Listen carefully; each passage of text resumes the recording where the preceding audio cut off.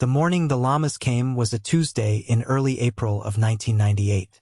I remember the sky was the color of a new galvanized bucket, a high, thin silver that meant the day could go either way, rain or sun, and hadn't made up its mind. The air had that particular cold dampness that promises green things are happening just under the surface of the mud.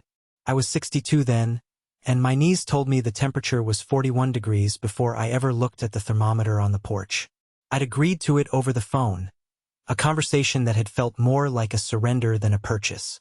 A woman from a regional animal shelter, her voice strained and tired, had called me the week before. They had 15 of them, a herd somebody had abandoned on a foreclosed property up in the next county. Not a rescue that specialized in them. They were a dog and cat shelter mostly, and these animals were eating up their hay budget and taking up space they didn't have. She said they were difficult to place. Nobody wanted a whole herd, and they were bonded, she said, reluctant to separate them. She'd heard I had acreage. She offered them for the price of transport. $150 for the lot, delivered. $10 an animal. I'd said yes before I had a good reason. My wife, Martha, had just stood in the kitchen doorway, wiping her hands on her apron, and asked the one practical question. And where exactly are we putting 15 llamas? I told her the back 40, the high pasture that never did well. It was an answer, if not a good one. So on that Tuesday morning, a long, tired-looking gooseneck trailer pulled by a county truck that had seen better decades came rattling up our lane. The woman who got out was the one I'd spoken to. Young, earnest, wearing a jacket with the shelter's logo embroidered on it. She looked like she hadn't slept. She handed me a clipboard with a single form on it, a transfer of ownership that felt more like a release of liability. "They're good animals," she said, though her voice lacked the conviction to sell it. "Just a lot of them." I signed the paper on the hood of her truck. She didn't seem to want to make small talk. She just wanted the trailer empty. We walked back and she unlatched the gate. For a long moment, nothing happened. Then a head came out, then another. They were a mixed bag. All shades of brown and white and black, some shaggy, some with their coats half-shed and ragged. They looked thin, but not sick. Their eyes were what you noticed. Large, dark, and intelligent, but with a deep, unnerving stillness to them, as if they were observing you from a great distance. They stepped down the ramp one by one, hesitant but not panicked, their split-toed feet making soft thuds on the damp ground. They didn't scatter.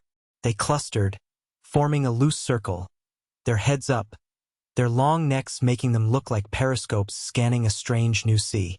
They smelled of dust and wet wool and something else, something wild and old.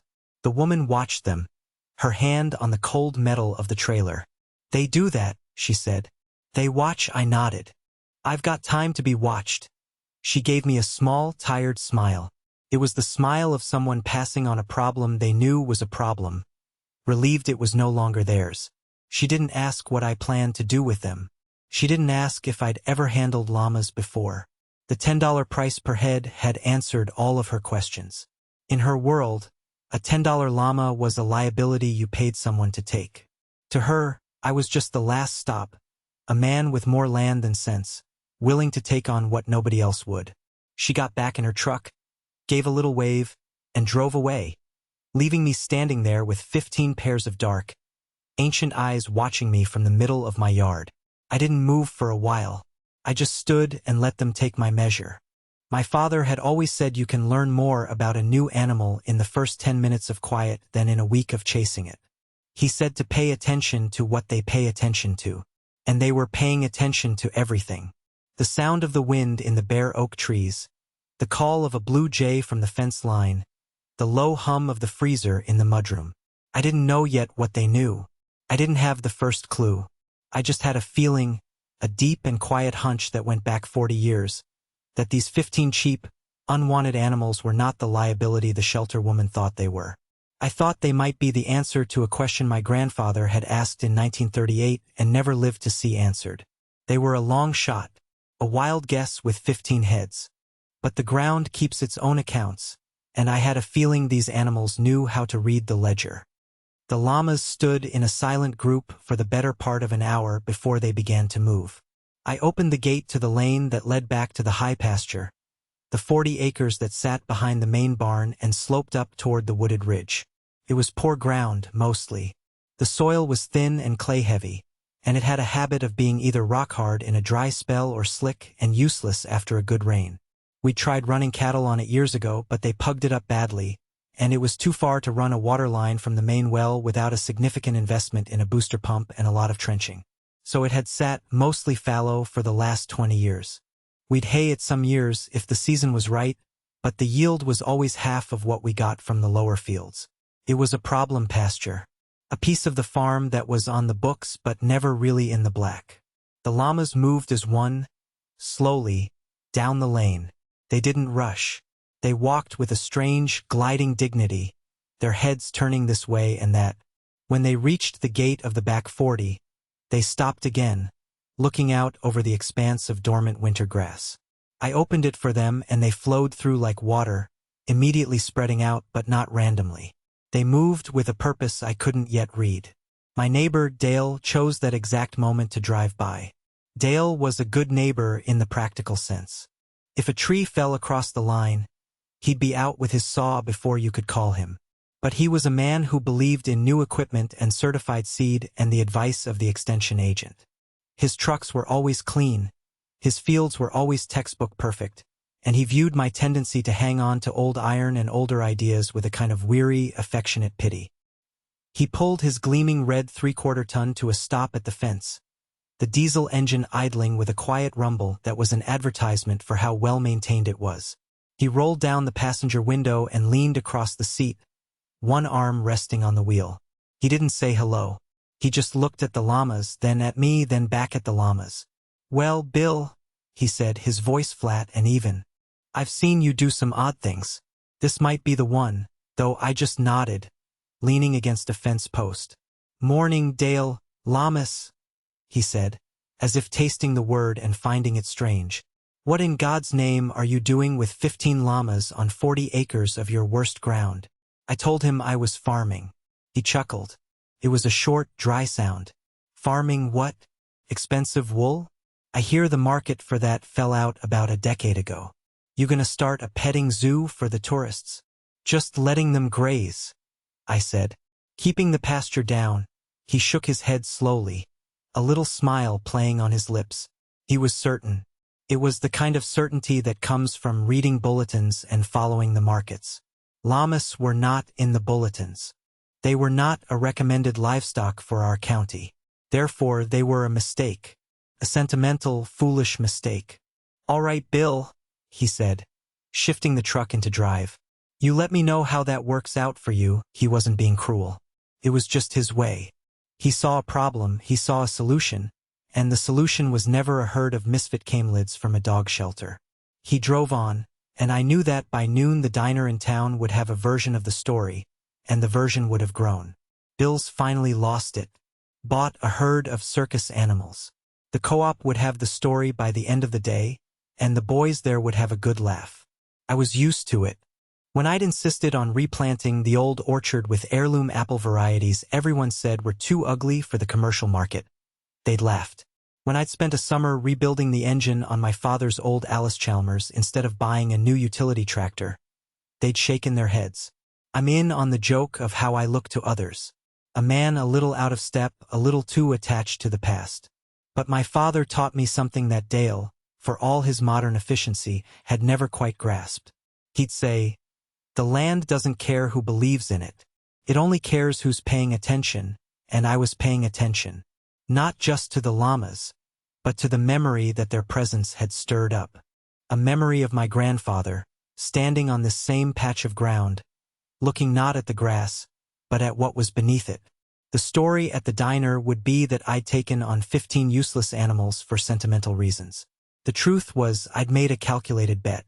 I had wagered $150 and a little bit of my reputation on the idea that these animals, with their strange ancient instincts, could see something that Dale's new truck and the extension agent's soil charts had missed entirely.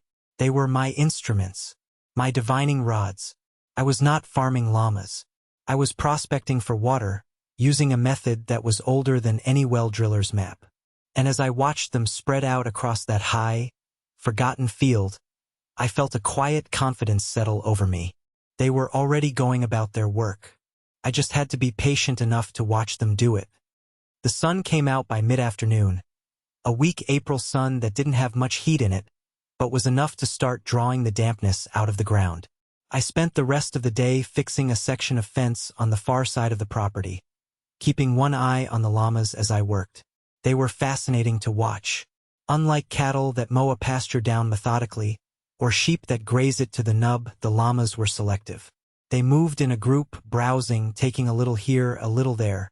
They were quiet animals, communicating with soft hums and the occasional sharp alarm call if a deer broke from the woods too suddenly. They didn't seem to have a leader. They moved by consensus, a slow, drifting cloud of wool and bone across the landscape. I finished my fence work and went back to the house as the light started to fade. Martha had supper on the table. She didn't ask about the llamas. She knew I'd talk about it when I was ready. We ate in comfortable silence, the way a couple does after 45 years of marriage. After supper, I told her I was going out to the barn office. She just nodded. The office was a small, partitioned-off corner of the main barn, smelling of old paper, engine oil, and the faint, sweet scent of last year's hay still lingering in the rafters. It was my grandfather's office, then my father's, and now mine. The desk was a heavy oak roll-top that my grandfather had bought second-hand in 1922. The chair groaned when I sat in it. I didn't turn on the main overhead fluorescent. I just switched on the small green banker's lamp on the desk, the one with the pull chain. Its small pool of light fell across the worn wood. I sat there for a while just thinking about my grandfather. He was a man of few words and deep observations. He'd had this farm through the Depression and the war that followed. He trusted dirt and weather and the behavior of animals more than he trusted anything printed in a newspaper or said on the radio. He used to bring me out to this back 40 when I was a boy, maybe 7 or 8 years old. He'd point to a slight depression in the ground, a shallow swale not 50 yards from the northern fence line. "Right there," he'd say, his voice rough as a cob. "That's where the old Springhouse was." I remember looking and seeing nothing but grass. No stones, no foundation, nothing. He said his own father had built it sometime in the 1880s. A simple stone box sunk into the ground over a fissure spring, with a little stone house built over it to keep the milk and butter cool. For 50 years, it had provided all the water for the house and the barn, gravity-fed, colder and sweeter than any well water. And then, one year, it stopped. The winter of '38. My grandfather would say, his eyes distant. We had a deep freeze, then a fast thaw. The ground heaved something awful. One morning, the pipe to the house was just sucking air. Went up to look, and the spring box was dry. Bone dry. They tried digging around it, but found nothing. The water was just gone. With a farm to run, they couldn't afford to puzzle over it for long. They hired a man to witch a well closer to the main house, hit water at 90 feet, and that was that. The old Springhouse was forgotten. The stones eventually hauled away for other projects. The ground smoothed over. But it had always bothered him. Water doesn't just stop. I remember him telling me once, his hand resting on my shoulder. It's not like a faucet you turn off. It just finds a new door.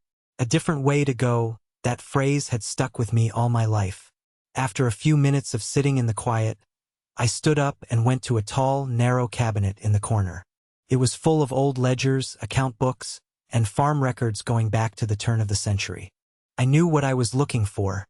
I pulled out a stack of marbled composition books, their covers soft and frayed at the edges. My grandfather had kept a journal of sorts, not of his feelings, but of the farm's life. Daily weather, planting dates, calving records, what he paid for fencing, what he got for his corn. The facts. I found the one labeled 1936 to 1940 on the spine in his careful, angular handwriting. I took it back to the desk and opened it under the light. The pages were filled with his neat, blocky script, the pencil now faded to a soft brown. I flipped through the pages for 1937, reading entries about hay yields and a sick horse. Then I turned to 1938. The entries for January and February were terse. Hard freeze, snow 14 inches, Temp -12. Then in early March, thaw. Ground soft. Fence posts loose in north pasture. I kept reading, my heart beating a little faster. I knew the story, but I'd never seen the primary document. And then I found it. An entry from late April, 1938. The main entry for the day was about planting oats. But down in the bottom corner of the page, almost a footnote, he had written a few lines separate from the rest. The handwriting was a little different, as if he'd added it later, thinking, Springhouse dry today. Pipe empty. Steps shifted. Ground looks torn up, and then, underneath that, a single underlined sentence with a question mark at the end. It was the reason I had bought 15 llamas. The sentence read, Water went somewhere. Never dug, never dug. 2 words and a question mark. A mystery he had noted but never had the time or the resources to solve. He'd moved on. The farm had to survive. But he had left the note. A breadcrumb. A message in a bottle for whoever came after him with the time and the inclination to look. I closed the book and sat back, the leather of the old chair creaking in the silence of the barn. The story from the diner was wrong. I wasn't being sentimental. I was following a map made of a child's memory, an old man's forgotten question, and the instincts of 15 animals nobody else had any use for. I put the notebook back in the cabinet that night. Alone that, I wasn't ready. Finding the note, seeing it there in my grandfather's own hand, made it real in a way that my hazy childhood memory never had. Felt heavy. It was one thing to have a hunch, a half-formed idea you could entertain on a quiet afternoon. It was another thing entirely to be holding a piece of paper that felt like a direct instruction from the past. If I acted on it and found nothing, it would feel like I'd not only failed, but that I'd failed him somehow. So I decided to wait. I would let the animals work. My father used to say, don't rush a willing horse, and I figured the same applied to a herd of inquisitive llamas. I gave them 2 weeks. I did nothing but my usual chores, mending fences, getting the equipment ready for spring planting in the lower fields. But every day I watched them. I'd take a cup of coffee out to the back pasture in the morning and just stand by the fence. I'd watch them again in the evening as the light grew long. They had settled into a routine. They were cautious but curious animals. They learned the sound of my truck. They knew my shape from a distance. They never let me get too close, maintaining a comfortable perimeter of about 30 feet, but they no longer saw me as a threat.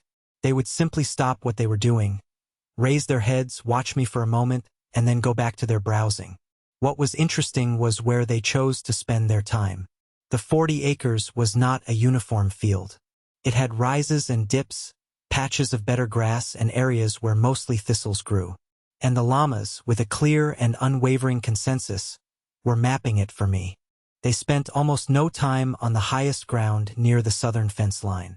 They avoided the far eastern corner, where the clay was slickest after a rain. Instead, they concentrated their movements in a wide, gentle arc across the northern half of the pasture. And as the days warmed and the spring grass began to green up in earnest, one spot became their clear favorite. It was the swale, the same gentle depression my grandfather had pointed out to me all those years ago. It was maybe an acre in size, a shallow basin where the grass was always a little lusher, a little greener than the surrounding ground. In the heat of the midday, when the sun was at its highest, all 15 of them would be there.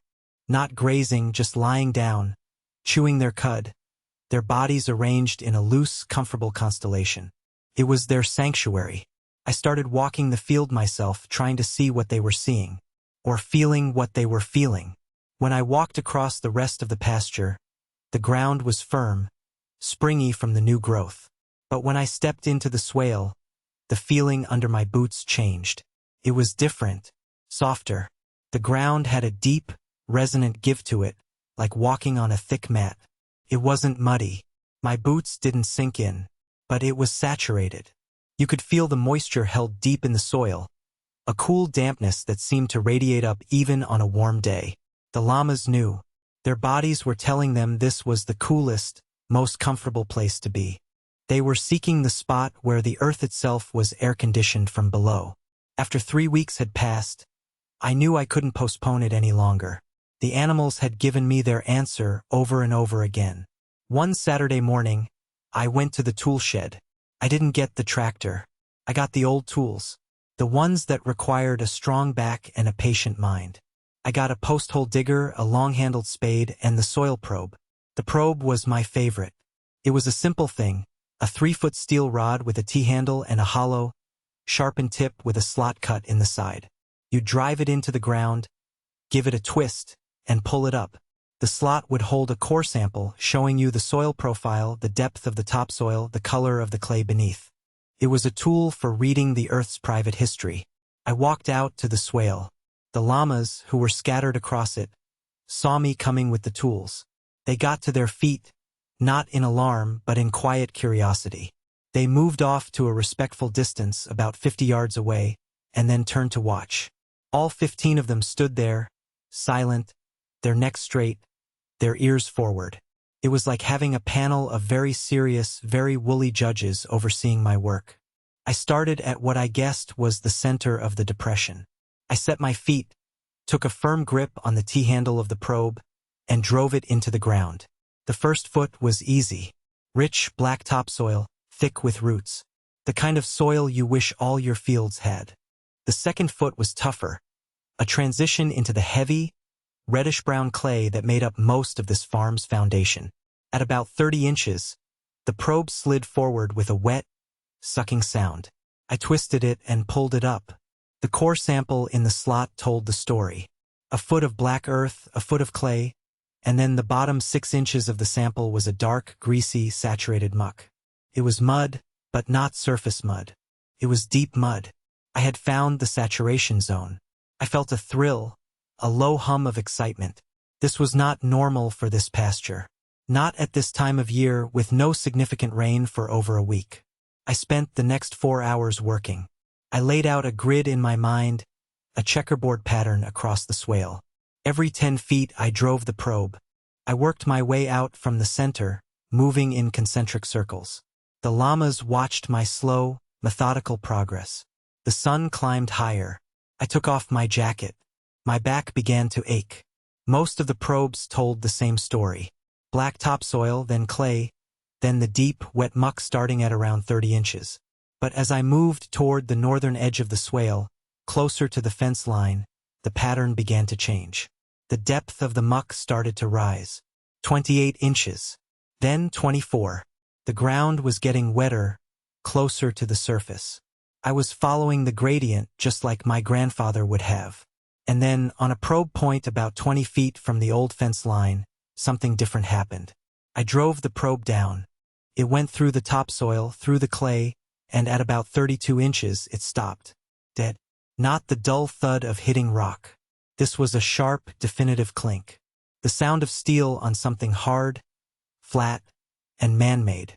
I tried a spot a foot to the left. Clink. 32 inches.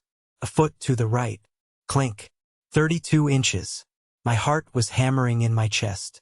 I took the spade and started to dig a test hole right where the probe had stopped. The llamas hadn't moved. They just watched, their dark eyes unblinking. I dug through the black soil, then the heavy clay. At a little under 3 feet down, the edge of my spade scraped against something solid. I knelt down, plunging my hands into the cool, damp earth, and cleared the dirt away. My fingers brushed against it. It was cold, rough, and distinctly flat on top. It was stone. Not a field stone rounded by time and tumbling. It was cut stone. Dressed stone. I had found the first step. The discovery of that single, buried stone changed everything. It moved the project out of the realm of hunch and into the world of fact. The notebook was right. The llamas were right. I spent the rest of that afternoon widening the test hole, carefully exposing the stone. It was a large, rectangular block of granite, about 3 feet wide, its surface worn smooth by forgotten footsteps. As I dug deeper around its edges, I found another one just below it, and another below that. The Springhouse steps, shifted, tilted, and buried by 60 years of soil and silence. But they were there. I stood back, leaning on my shovel, my shirt soaked with sweat, and looked at the small hole in the ground. It didn't look like much, but it felt like uncovering a pharaoh's tomb. I knew then that I couldn't go any further on my own. This was no longer a job for a shovel and a soil probe. This was a job for a machine. But I was cautious.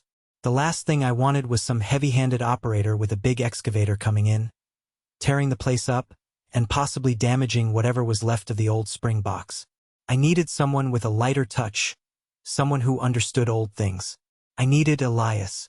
Elias was a man in his late 70s who had spent 50 years working for the county, first as a road crew foreman and then, for the last 20 years of his career, as a drainage and culvert specialist. He was retired now, but he still took on small, interesting jobs. He was the one you called when you had a problem that wasn't in any of the modern textbooks. He knew how water moved through our specific kind of soil and rock. He could look at a hillside and tell you where it would seep after a wet spring, where the old clay tiles were likely to be collapsed, where the ground was unstable. He trusted old maps and his own 2 feet more than he trusted GPS surveys. I called him that evening. I didn't try to explain it all over the phone. I just said I had a water situation in my back pasture and I'd pay him for an afternoon of his time to come look at it. He agreed to come the following Tuesday. The waiting was hard. I covered the hole with a piece of plywood to keep it from filling with rain and tried to go about my business. But my mind was on that hole, on those buried steps. Dale, my neighbor, drove by while I was checking the fence near the road. He slowed down, his window already down. "Still got your zoo animals, I see," he said, nodding toward the pasture where the llamas were grazing peacefully. It wasn't a question. It was a statement of fact with the implied follow-up of, "And you still haven't come to your senses, they're doing fine, Dale," I said. "They seem to like that low spot," he grunted. "Probably full of parasites. You ought to get the vet to check that ground," he meant well. In his world, damp ground meant liver flukes. It was a problem to be managed with chemicals and drainage tile. The idea that it could be a sign of a solution was just not in his vocabulary. He drove on. Tuesday came and Elias arrived right on time. Not in a shiny new truck, but in a 20-year-old Ford Ranger that was clean but showed its age. Elias himself was lean and weathered, with pale blue eyes that had seen a lifetime of weather. He didn't carry a clipboard or a laptop. He had a pair of worn leather gloves and a single, strange-looking tool. It was 2 pieces of thin brass rod, bent into L shapes. Dowsing rods. Some people called it witchcraft. Elias called it paying attention. I walked him out to the back 40. The llamas watched us approach, then moved away to their customary observation post. I didn't start with the hole. I started with the story. I told him about my grandfather, about the Springhouse going dry in '38. I showed him the entry in the notebook which I'd brought with me. He read it carefully, his brow furrowed in concentration. He handed it back to me. "Your granddad was a careful man," he said. It was high praise, coming from Elias. Then I showed him the llamas.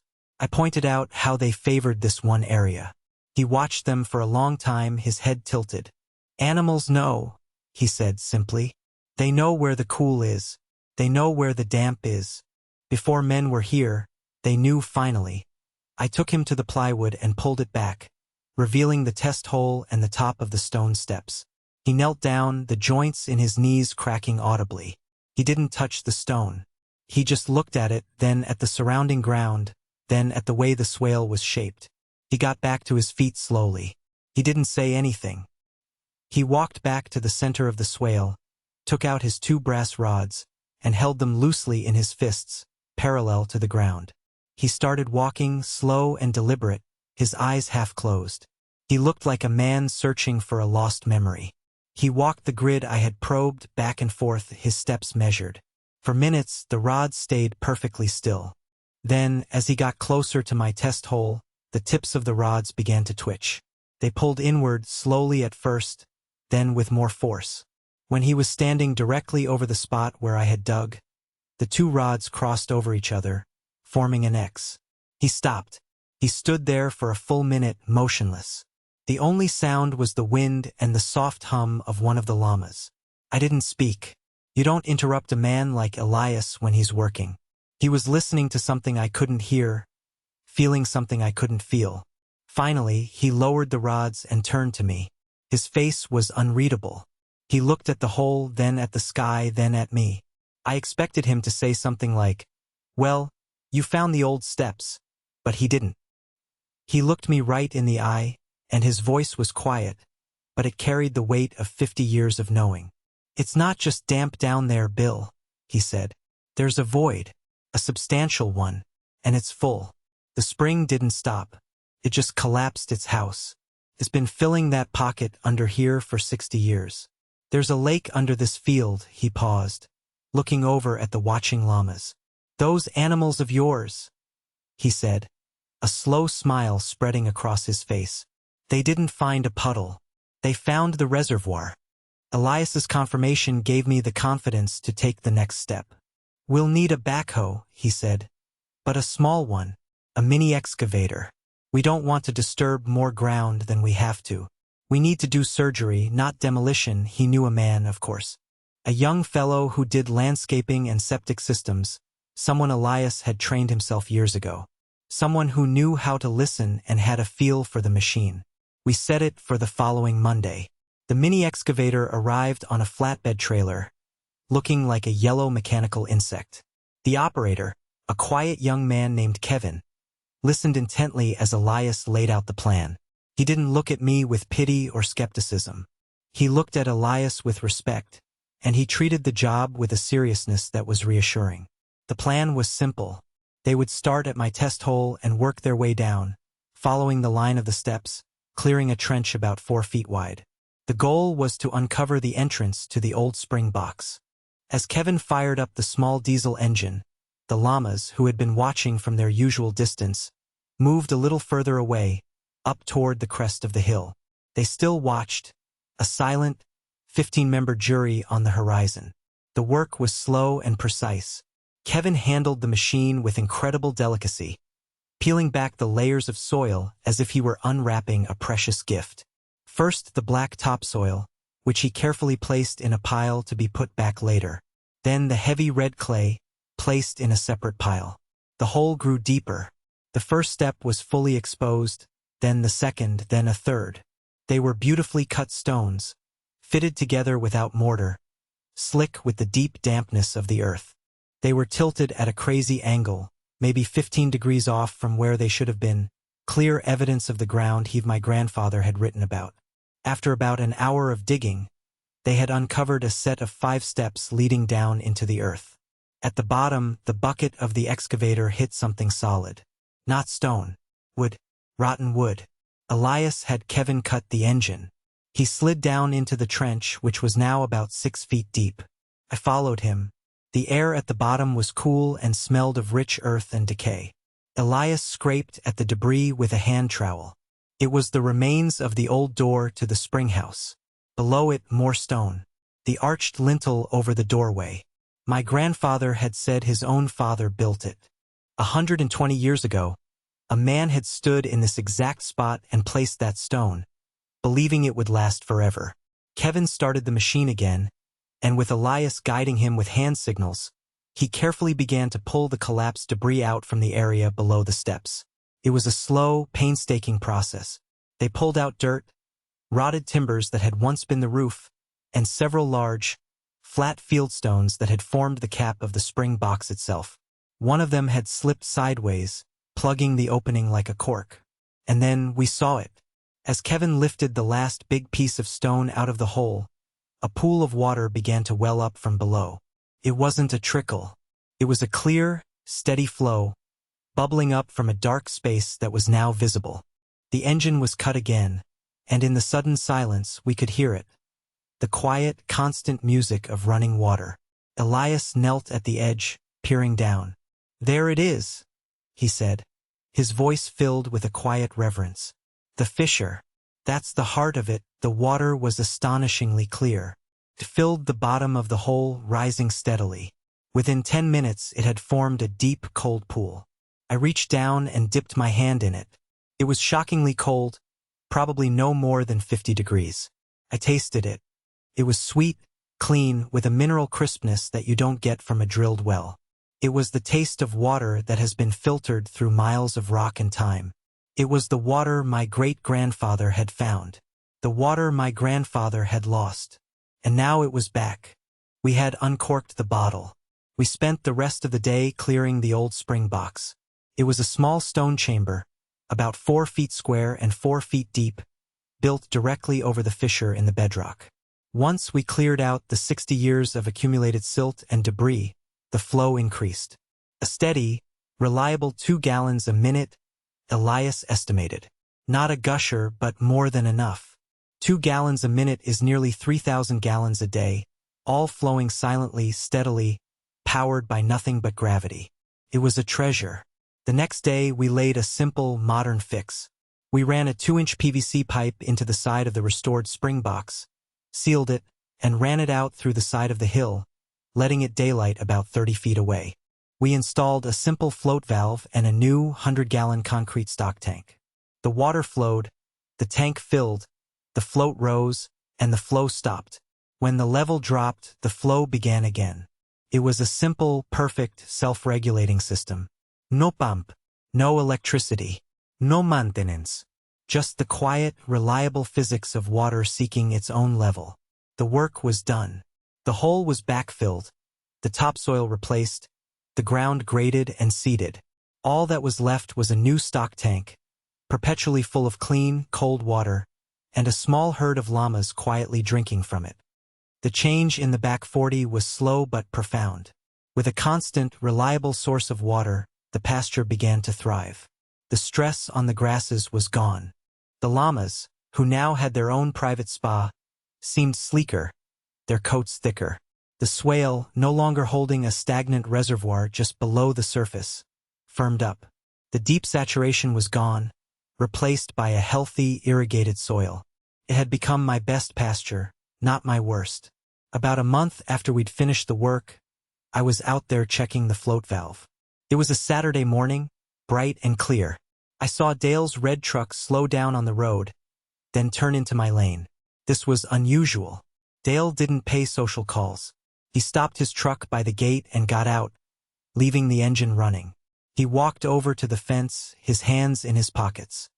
He looked at the new stock tank, then at the llamas drinking from it, then at the lush green of the pasture around them.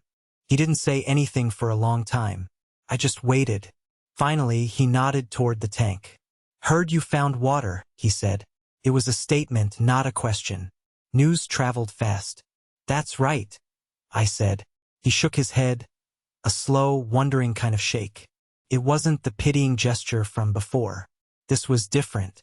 This was the head shake of a man reevaluating a long-held certainty. "My dad told me about that old spring," he said, his voice quiet. "Said it dried up before he was born. Everybody knew it was a lost cause."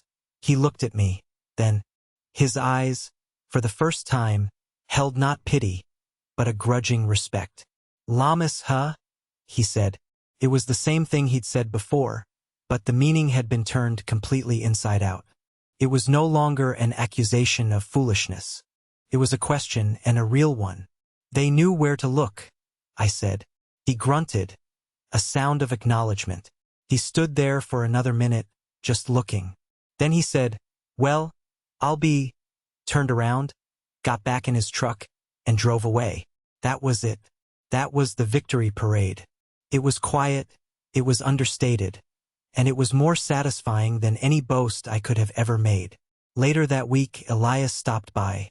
I paid him for his time and for arranging the excavator. He wouldn't take much. He said being there to see it was most of the payment. We stood by the new tank, watching the water ripple. "Your grandfather would be pleased," he said. "He left a good note. And I had good help," I said. Elias smiled. "The llamas, you mean?" "Yes, you did." He looked out across the field, at the animals grazing peacefully in the sun. "It's a funny thing," he said. "People spend a fortune on geological surveys, satellite imagery, ground-penetrating radar, all to find what an animal already knows. We think we're so clever, but we've just forgotten how to listen."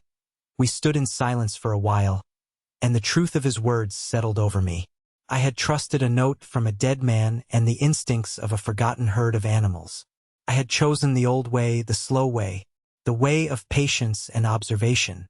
My grandfather was right. Water doesn't just stop. It finds a new door. And sometimes the key to that door isn't a new machine or a clever plan. Sometimes it's just a quiet animal, standing in a field, telling you a secret as old as the ground itself. The land keeps its own accounts, and it will share them with anyone who has the patience to learn its language. The llamas weren't a liability. They were the translators. They were the ones who could read the ledger that had been closed for 60 years. They hadn't cost me anything, not really. They had paid me back 1,000 times over, not in money, but in something far more valuable. They had given me back a piece of my family's history and solved a problem that had plagued this farm for 2 generations. They had earned their keep. They had earned their home. And as I looked at them, scattered across their green and watered field, I felt a deep and abiding gratitude. They were good animals. They just needed someone to see what they were good for. I want to be honest about my reasons for telling this story. It's not about being right. It's not about proving a point to a neighbor. It's about remembering that the oldest knowledge is sometimes the most valuable. It's about trusting the things that have no voice but speak the truth anyway. The land, the water, the animals. If you've got your own piece of forgotten ground, your own grandfather's note in a drawer somewhere, or your own herd of misfit animals that everyone else has written off, I'd like to hear about it. The world is full of hidden springs, and we could all use a reminder of how to find them. Subscribe if this meant something to you. There are more stories here.